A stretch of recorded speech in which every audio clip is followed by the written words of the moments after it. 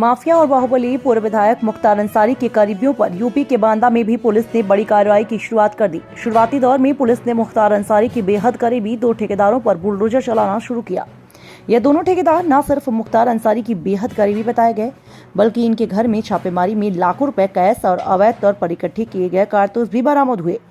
इनमें से एक के खिलाफ रंगदारी मांगने का मुकदमा भी दर्ज किया गया है।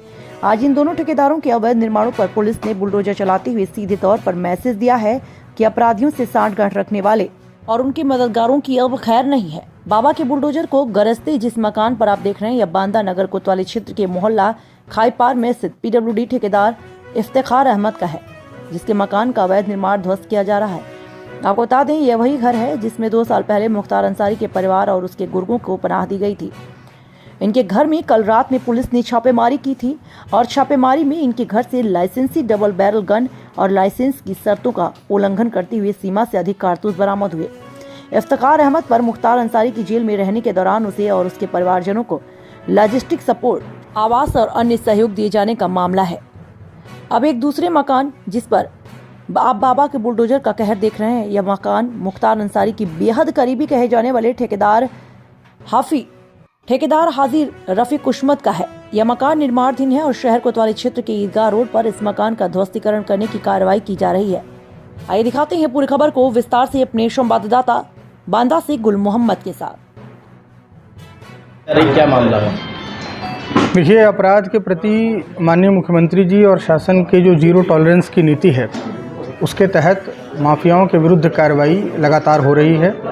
इसी क्रम में जो जनपद बांदा में जेल में निरुद्ध माफिया मुख्तार अंसारी, इसके करीबियों पर आज कार्रवाई हुई है, जिसमें 2 लोगों के नाम आए हैं। एक रफ़ीक समद है और दूसरा उसका रिश्तेदार है इफ्तिखार। ये दोनों लोग जेल में जो बंद माफिया हैं उसको लगातार सपोर्ट प्रोवाइड करते थे। उनसे मिलने वाले जो लोग होते थे उनको शेल्टर देते थे, वो उनके घर पे रुकते थे, उनको आने जाने के लिए गाड़ियाँ मुहैया कराते थे। इसके अलावा खाद्य सामग्री वगैरह भी इनको उपलब्ध कराते थे। तो ये सारी चीज़ों का जब सामने आया हमारे इंटेलिजेंस के थ्रू, तो फिर हम लोगों ने इन पे कार्रवाई करना शुरू किया। बीडीए और नगर पालिका की टीमों से समन्वय करते हुए हम लोगों ने इनकी जो संपत्तियां हैं उनका पता किया, जिसमें कि 2 इनकी संपत्तियां ऐसी निकली जो कि अवैध थी। तो उसमें एक जॉइंट ऑपरेशन में आज दोनों संपत्तियों को हम लोगों ने ध्वस्त करा दिया है। इसके अलावा हम लोगों ने इनके घरों की खाना तलाशी ली और खाना तलाशी के दौरान दोनों के घरों से हम लोगों को असलहा मिला और कारतूस मिले हैं। कारतूस काफ़ी संख्या में थे, जो कि शस्त्र अधिनियम का वायलेशन है।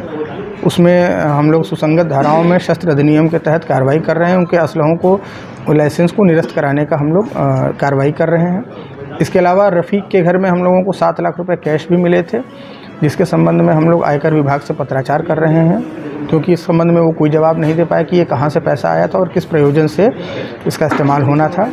तो ये सभी कार्रवाइयाँ हम लोग कर रहे हैं। अन्य जनपदों से भी हम लोग कोऑर्डिनेट कर रहे हैं, जितने लोग इनसे जुड़े हुए थे और भी जो लोग हैं जो इस तरह का सपोर्ट प्रोवाइड कर रहे हैं या किसी भी तरीके से माफिया से जुड़े हुए हैं, उनका पता लगाकर उनके विरुद्ध कठोरतम कार्रवाई हम लोग सुनिश्चित कर रहे हैं। सर, इनके घर में जो शस्त्र मिले हैं वो वैध हैं या अवैध?